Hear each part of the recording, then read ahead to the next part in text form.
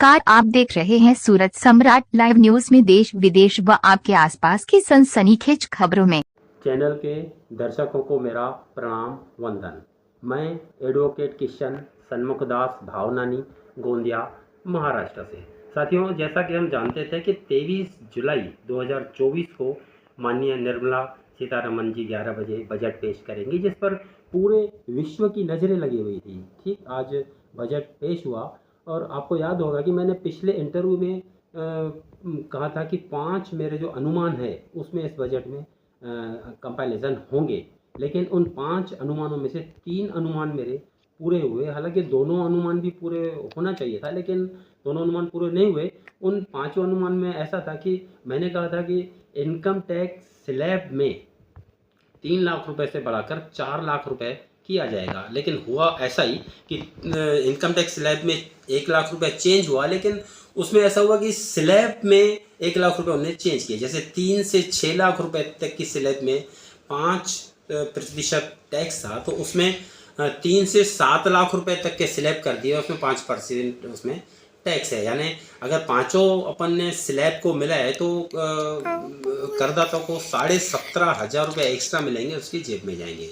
अब सवाल उठता है कि पुरानी रिजीम जिसमें 2.5 लाख रुपए तक के स्लैब में छूट थी, उसको भी बढ़ाना था, लेकिन जैसा कि मैंने पहले ही कहा था कि 3 लाख रुपए वाली स्लैब में ही बढ़ेगा। माननीय वित्त मंत्री ने भी आज कहा कि 3/4 टैक्स पेयर्स नई रिजीम में कन्वर्सन हो गए हैं, इसीलिए उनने शायद हो सकता है कि जो पुरानी रिजीम है उसको धीरे धीरे समाप्त किया जाए, तो इसीलिए उनने नई रिजीम में 1 लाख रुपए बढ़ाए हो।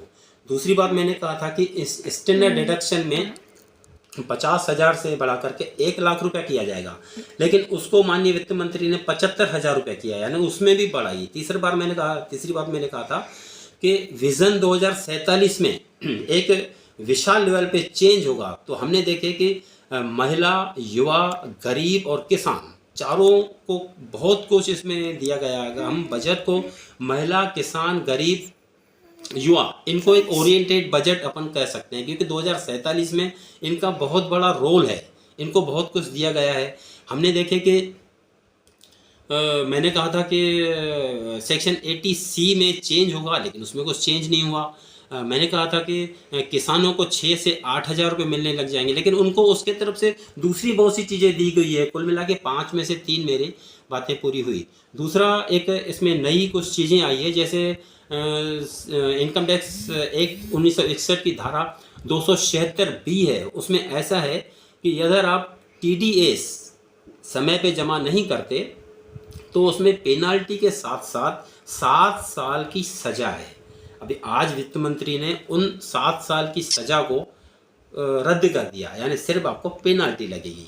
दूसरा, हमने इसमें देखे कि कैपिटल गेन जो अभी तक 20% पेड किया जाता था, उसको घटा करके माननीय वित्त मंत्री ने 12.5% कर दिए, जो वो एक बहुत अच्छी बात है। तीसरा, हमने देखे कि जो युवाओं को एक साल की इंटर्नशिप, 1 करोड़ युवाओं को 1 साल की इंटर्नशिप दी जाएगी, उसमें 5,000 रुपये उनको प्रति माह स्टाइपेंड भी मिलेगी।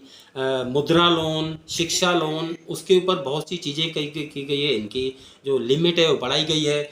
एक कुल मिला करके हम बजट देखें तो बहुत अच्छा रहा, लेकिन मेरा ऐसा मानना है कि जो मध्यम वर्गीय है उनको कुछ देने में कंजूसी की गई है। मध्यम वर्गीय को कुछ और भी कुछ देना था, क्योंकि आज हम देखते हैं कि मध्यम वर्गीय टैक्स पेयर सबसे ज़्यादा है, और पुरानी रिजीम जब तक के चलती है उसमें भी उनको बढ़ाना था, लेकिन ऐसा नहीं हुआ। कुल मिला के हम बजट पे अगर ओवरऑल नज़र डालेंगे तो बजट एक 2047 जो एक लक्ष्य है उसको पार करता हुआ, पूरा करता हुआ दिख रहा है। आपका बहुत बहुत शुक्रिया।